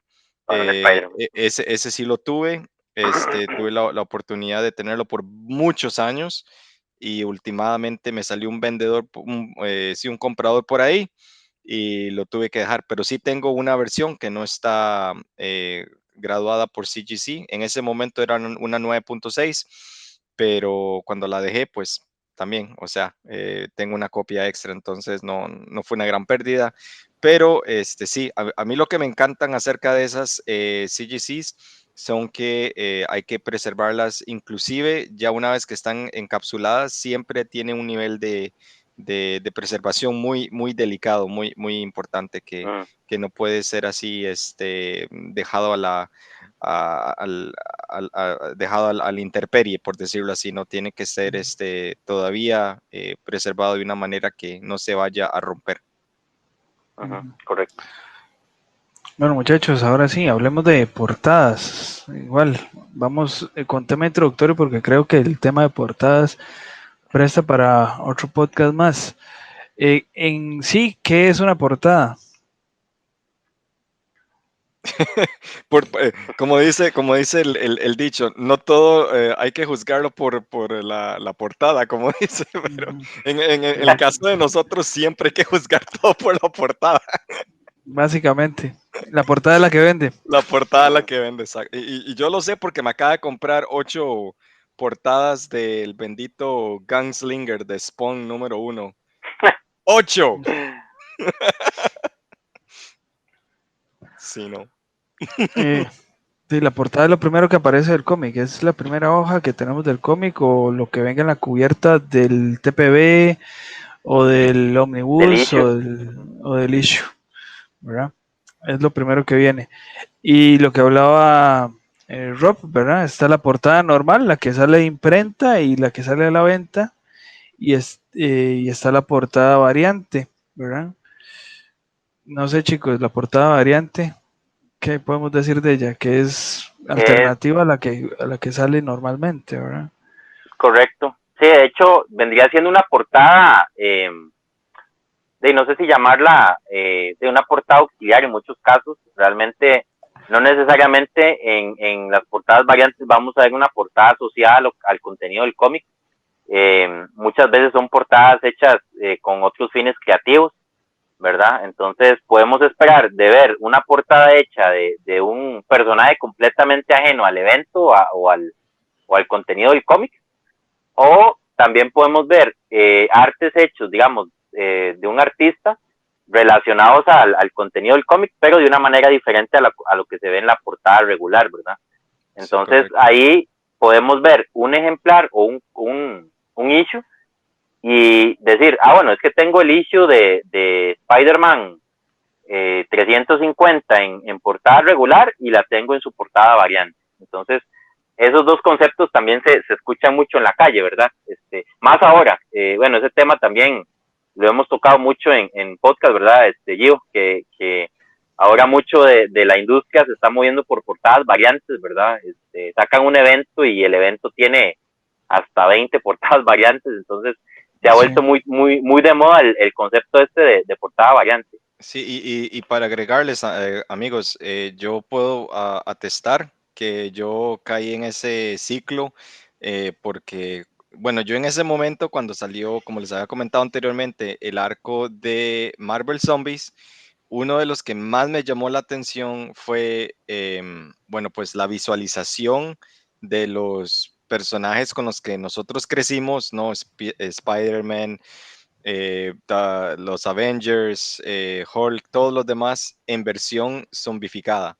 Y eso a mí me llamó muchísimo la atención y el artista que escogieron para ese momento era Arthur Sudam y él hizo todas las versiones zombificadas de Marvel Zombies, inclusive la segunda, tercera, hasta cuarta y reimpresión de la primera, el cual yo creo que saqué un video ahí para Instagram de acerca de esas, donde aparecen todas. Y el asunto es que sacaban versión variante sobre la variante y hacían segunda, tercera y cuarta reimpresión de la segunda variante. Entonces estamos hablando de que, o sea, si te metes en el lío de estar coleccionando porque tu artista favorito de ese momento salió, que sacó 3 o 4 variantes, pues le estás metiendo ahí una millonada de plata. Entonces, yo en un momento, en ese momento cuando estaba soltero, cuando no tenía nada que hacer, pues me metí mucho en ese mundo y después me di cuenta que, bueno, pues terminé con un montón de portadas variantes y qué voy a hacer yo con ellas, ¿no? Porque no les agregaba nada a la historia, era literalmente el arte de portada Uh-huh, y eso es lo que estaba uh-huh. yo pagando. exactamente, porque al final es el mismo cómic el que estás comprando N cantidad de veces, porque el contenido es el mismo siempre, digamos, no va a variar el contenido. Exacto. Uh-huh. Correcto.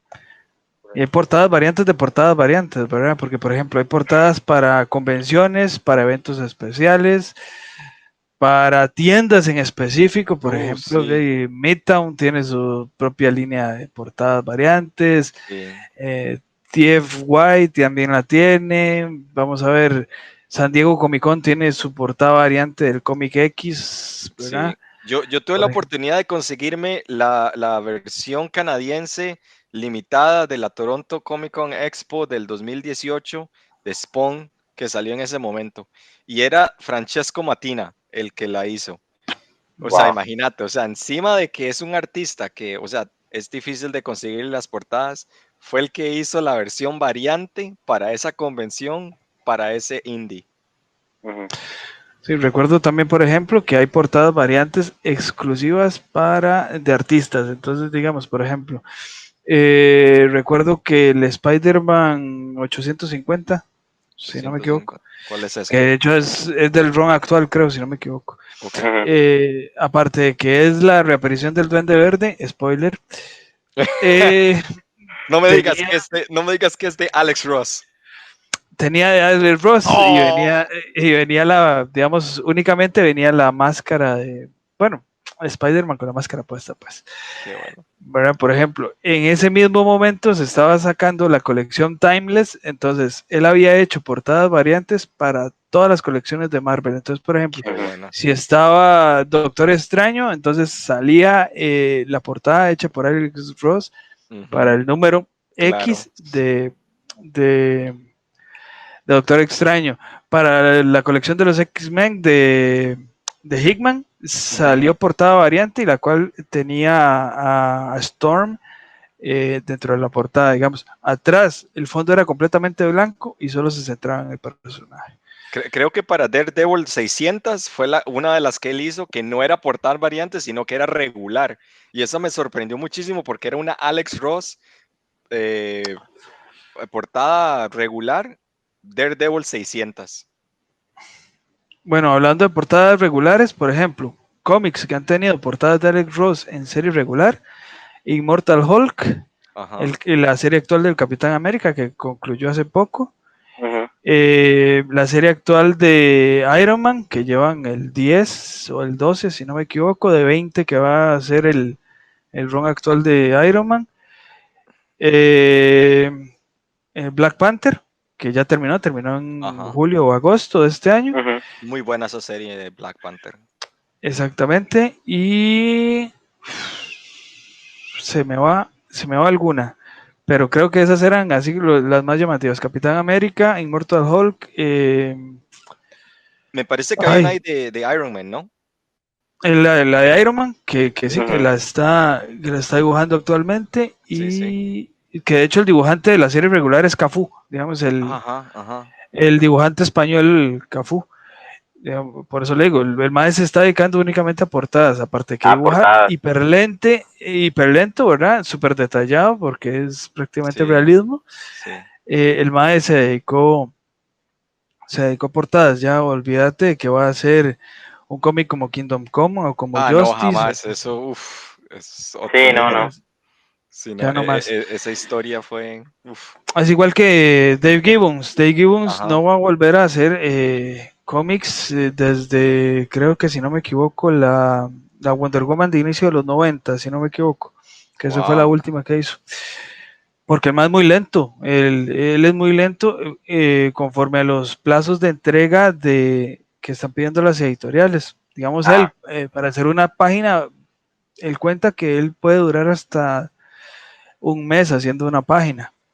O sea, uf, y wow, un cómic tiene 20 y pico de páginas, ¿verdad? sí, no, ujú. Entonces, imagínate, él, él, él se está dedicando a portadista. De hecho, uno de los cómics que tuvo mayor problema fue La broma asesina con Alan Moore, porque los ujú, tiempos de entrega no estaban dando. sí, De hecho, ese cómic pues, se publicó originalmente en blanco y negro porque no dio tiempo a sacar el color. wow, imagínate, Increíble. sí, Chicos, no sé qué más de portadas podemos hablar. de las famosas portadas en blanco, las que no tienen nada, Los Las blank que no covers, tienen. ajá, Que correcto, de esas, los famosos blank covers que de mucha gente también nos ha preguntado que qué es una portada en blanco, un blank cover, ¿verdad? Realmente la particularidad es que puede ser un run, un issue de cualquier run, de lo que sea.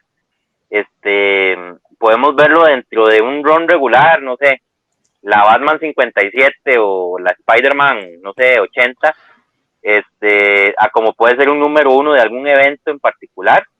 Pero la diferencia es que no vamos a ver artes de ningún artista en su portada, es completamente blanca.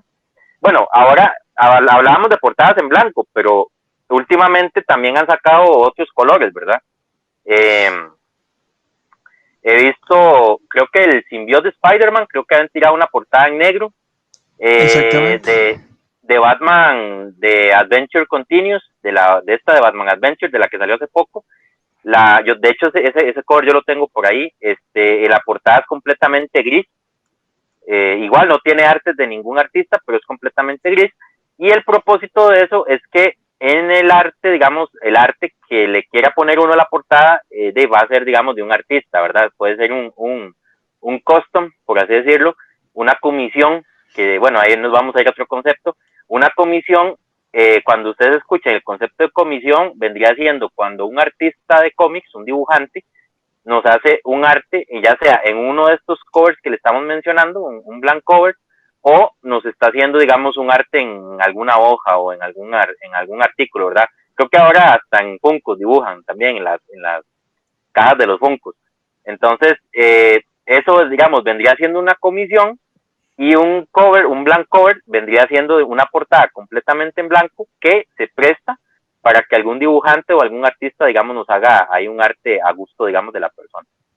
Sí, prácticamente usted las compra para llevarlas a las convenciones e ir a buscar el artista y decirle, dibújeme un patito en el Venom 200, dibújeme un patito y me lo firma, básicamente. Y yo creo que eso es muy común. Yo que tuve la oportunidad de asistir a varias convenciones aquí en Canadá, cuando tuve esa oportunidad, iba de ciudad en ciudad y podía encontrarme que fulano de tal, inclusive los indies sacaban sus propias versiones de en blanco, de portadas blancas, donde aparecía, por ejemplo, nada más el título de la impresión, de la portada, y el resto era así como un espacio en blanco y abajo decía publicado por el nombre del escritor o lo que sea, ¿no? Entonces, yo creo que hasta ellos lo utilizan como un marketing scheme, o sea, como parte del marketing de ellos para poder autopublicarse, ¿no? Porque muchas veces, si están en el Artist Alley, que es el famoso pasillo de los artistas cuando estás en las convenciones, te van a decir, mira, pues una impresión así tipo, no sé, 17 por 14 pulgadas te va a costar $25, que es lo normalmente que te cobran aquí. Y si ya quieres algo más específico, hay un sketch, puede costarte entre 50 hasta $100, pero si quieres algo pequeño en tu portada de un blank cover, pues mira, aquí te la puedo hacer, ¿no? Y es un bosquejo así, nomás chiquitito, nomás que te aparece, pero ahí la tienes, ¿no? Entonces, creo que eso en el mundo del coleccionismo, pues nos atrae mucho, ¿no? Porque es algo impresionante y es algo también particular. Claro. Bueno, muchachos, yo creo que nos hemos extendido bastante. De hecho, Uy, creo nos que pasamos. nos hemos pasado del tiempo regular del podcast, ¿verdad? Del No sé si podcast. tienen algún comentario final que compartir con los oyentes. Pues bueno, de mi parte, agradecerles ahí como siempre el tiempo, el espacio. Un gusto, de verdad, compartir ahí con el buen Gio, con el buen Rob. Muchachos, un placer como siempre hablar con ustedes en la tertulia. Una muestra más de que cuando se habla con buenos amigos de lo que a uno le gusta, se pasa el tiempo, podemos seguir toda la noche. Entonces, agradecerles el tiempo, el espacio. Como les dijimos, el podcast fue meramente informativo. Realmente creo que aportamos bastantes datos interesantes para nuestros seguidores acá, nuestros oyentes. Igual, cuando tengan alguna otra duda, creo que podemos hacer incluso una segunda parte más adelante con conceptos y pues con otro tipo de información interesante ahí para seguir apoyando el tema del mundo de los cómics. Entonces, pues estamos a la orden y recordarles a todos que nos sigan en nuestras redes sociales, ¿verdad? Instagram, Facebook y el TikTok como Costa Rica Comic Club. Rob. No, correcto, excelente, buenísima la participación de todos aquí hoy. Estoy súper contento de poder volver a practicar el español, ya que aquí si no lo practico mucho, se me pasa. Entonces, pues excelente poder hacerlo en sus compañías y yo les recomiendo a todos los seguidores del Costa Rica Comic Club que se conecten, sea al Facebook, Instagram, TikTok, Spotify, YouTube, en lo que nos encuentren y se puedan apuntar a todos los diferentes posts que ponemos. Por supuesto, aquí estaremos disponibles para ustedes que nos escuchan y aprendan con nosotros. Esto es un tipo de Comics 101. Entonces, si hay algún tipo de término o concepto que no les llegaron a conceptualizar o el significado lo quieren repasar con nosotros, nos pueden dejar unos mensajes en los comentarios y ahí con mucho gusto les responderemos. Sí, igual de mi parte, un gusto haber estado con ustedes, como siempre.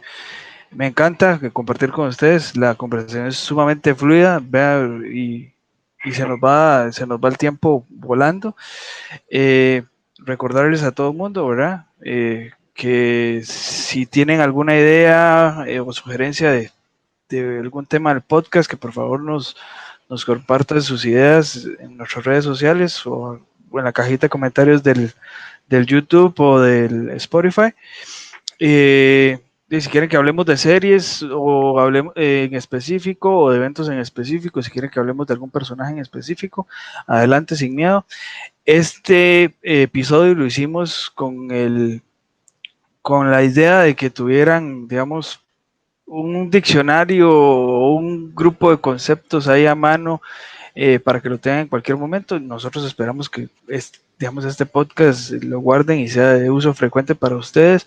Si ya conocían la mayoría de términos o tienen y digamos no les fue de utilidad para ustedes, puede ser que para un amigo que está iniciando en la lectura de los cómics sí sea importante, entonces para que también compartan este podcast con todas esas personas que están iniciando apenas en este mundillo del cómic. Entonces ahí estamos, ¿verdad? Igual seguimos la conversación en nuestras redes sociales, esperemos que nos compartan también todas sus dudas y comentarios y, como lo dije anteriormente, sugerencias.